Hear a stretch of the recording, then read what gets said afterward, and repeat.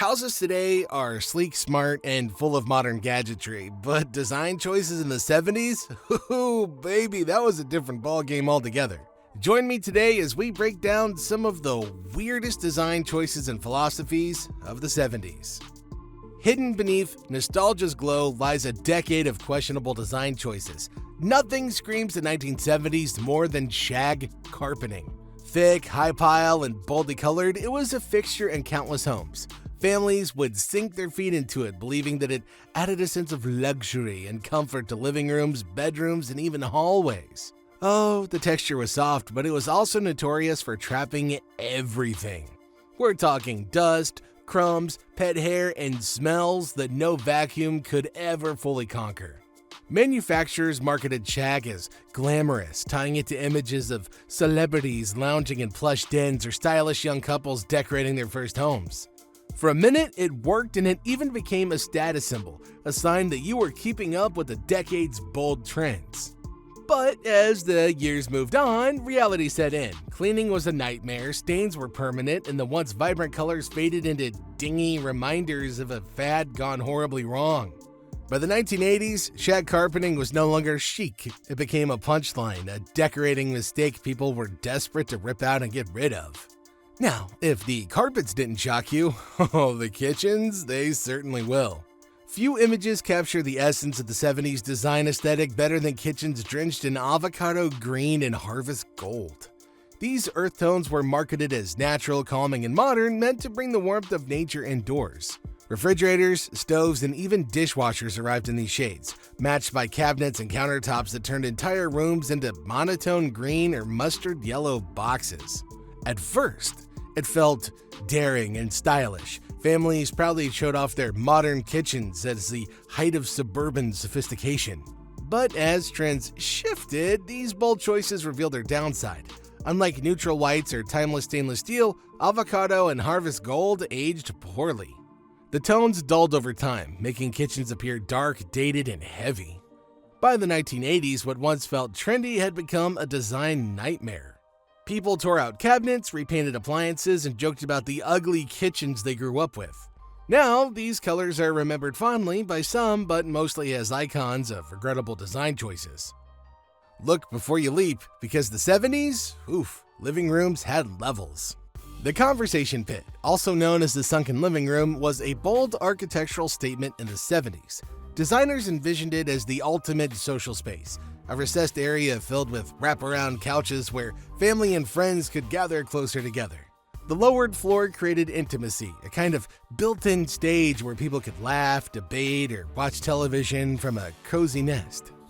Architects loved the clean lines and futuristic look. Magazines praised the pits as sleek, modern, and sophisticated. Kinda like symbols of progressive design that broke away from the boxy living rooms of the past. But reality had other plans. The drop created constant safety hazards, especially for kids and older family members. Drinks spilled, ankles twisted, and anybody walking without paying attention risked an embarrassing tumble. By the 1980s, practicality had worn out over style. Builders stopped including them in new homes, and many homeowners filled them in. Today, they survive mostly in retro photos as icons of beauty and danger combined. And when it was time to leave the pit, you couldn't help but notice the walls. If there was one design choice that defined 1970s basements and dens, it was wood paneling. Entire rooms were wrapped floor to ceiling in thin faux wood sheets, giving homes a cabin-like atmosphere no matter where you lived. At the time, it was marketed as affordable sophistication, easy to install, warm in tone, and perfect for transforming a plain room into something stylish. Families gathered in paneled dens to watch television, play games, or host neighbors, all while surrounded by the deep browns and oranges of the decade. But the charm didn't last. Unlike real wood, paneling quickly revealed its flaws. The finish peeled, the panels warped, and what once felt cozy began to feel dark and confining. Light also barely reflected off the walls, making rooms seem smaller and more claustrophobic. By the 1980s, the trend was mocked as tacky and cheap. Homeowners ripped it out in droves, replacing it with lighter paints and drywall. Today, wood paneling lives on mostly as a punchline in retro nostalgia or in minivans. But for true 70s flair, nothing quite topped the basement party scene. The 70s were all about fun, and nowhere was that clearer than in the suburban craze for built-in bars and recreational rooms. Homeowners carved out basement corners for full cocktail setups, complete with mirrored walls, glass shelves, and neon signs. Some even added disco lights and jukeboxes, transforming ordinary houses into makeshift nightclubs. It was a bold attempt to bring the excitement of nightlife home without the drive into town. Families entertained neighbors with cocktails shaken behind curved counters, while kids played pinball or foosball a few feet away. Magazines praised these spaces as signs of prosperity and modern living, but that had a very short shelf life. By the 80s, mirrored walls felt gaudy and shag rugs and bars looked sloppy, and the whole setup seemed kinda tacky rather than classy. A lot of bars were dismantled, the rec rooms converted into family dens or storage.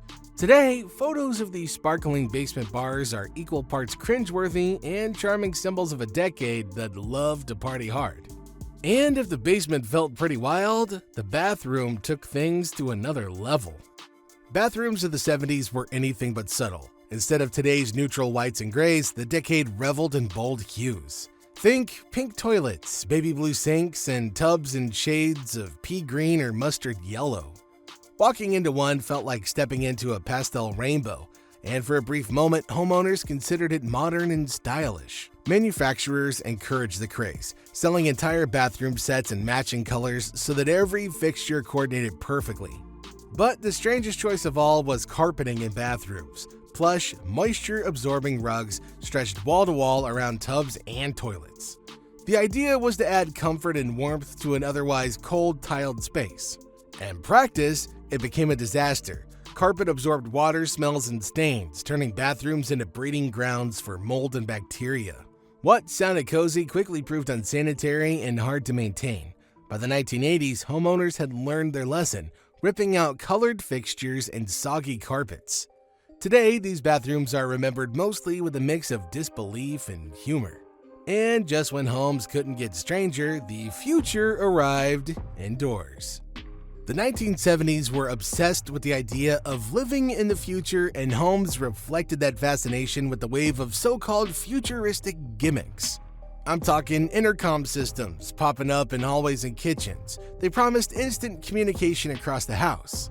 In reality, they often crackled with static and broke down within a few years.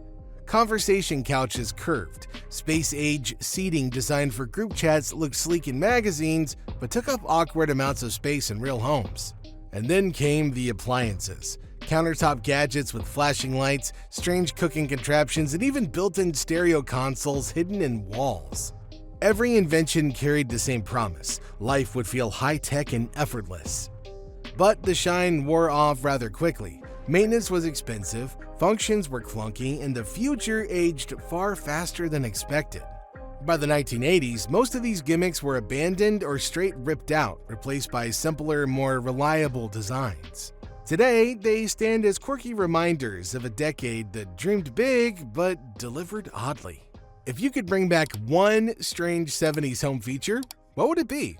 Let us know in the comment section down below.